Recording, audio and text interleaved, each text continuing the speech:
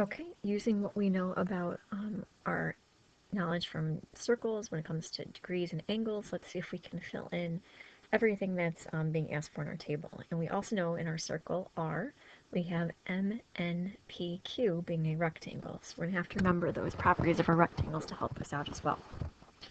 So if we think about what we have, first thing is our given. They're telling us that arc MN is 120 degrees. So we'll mark that in our picture. So what will that tell us? If this arc here is 120 degrees, we can see that there's a central angle that works with it, right? Because this is the intercept of the intercepted arc for the angle MRN.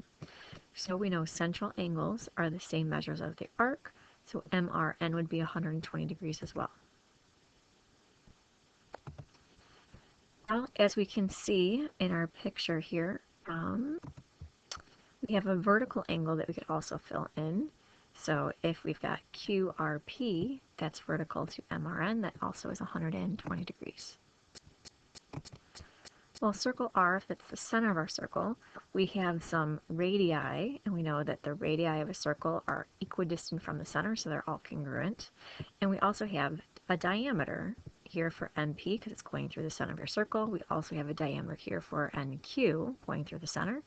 And we know diameters divide the circle into two equal parts, semicircles. Well, that's going to take our circle divided into equal parts. Well, we know it's 360 degrees around an entire circle. So if we divide that in half, that means it's 180. We've already used up 120 for our arc MN.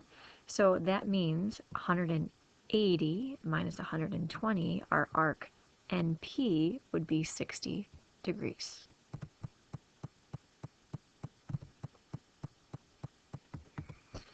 And again, we've got the central angle here, NRP. We know central angles are the same as the arc, so if this arc NP is 60, then that central angle is 60 degrees as well. And we have another vertical angle to that, so MRQ would also be 60 degrees. Since we have all the central angles defined, we know that the central angles are the same measurements as their intercepted arcs. So if MRQ is 60 degrees, that means our arc MQ would be 60.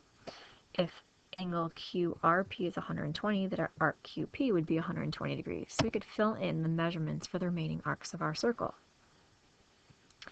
Well, now that we know those, that could possibly help us find some of the other angles that are numbered here, 1 through 8 in our circle. So let's kind of go through those and highlight the angles so we can see what arcs they correspond to.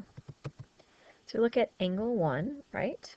That's our angle NMP. We can see it has an intercepted arc here of 60 degrees. Well, we know that angles that have the vertex on the circle, those are inscribed angles, and they're related to the measurements of their intercepted arc. They are half of the amount. So if that intercepted arc is 60 degrees, half of that would be the angle, which would be 30 degrees.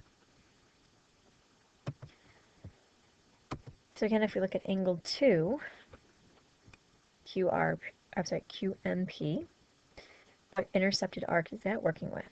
QP, that's 120 degrees. This is an inscribed angle. Again, the vertex is on the circle, so we know its measurement should be half the intercepted arc. Well, half of 120 would be 60.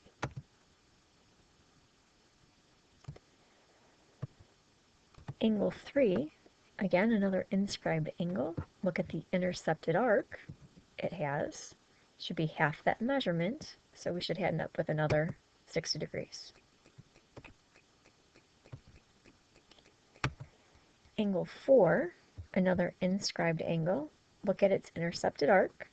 Remember, its measurement is half of the intercepted arc, so that would be 30 degrees.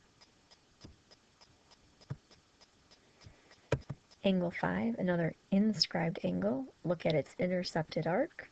It should be half that measurement, so that should be 30 degrees. Angle 6, another inscribed angle. Look at its intercepted arc. It should be half that amount. That would be 60 degrees. Angle 7, another inscribed angle. Look at its intercepted arc. Take half of that amount for its measurement, 60 degrees.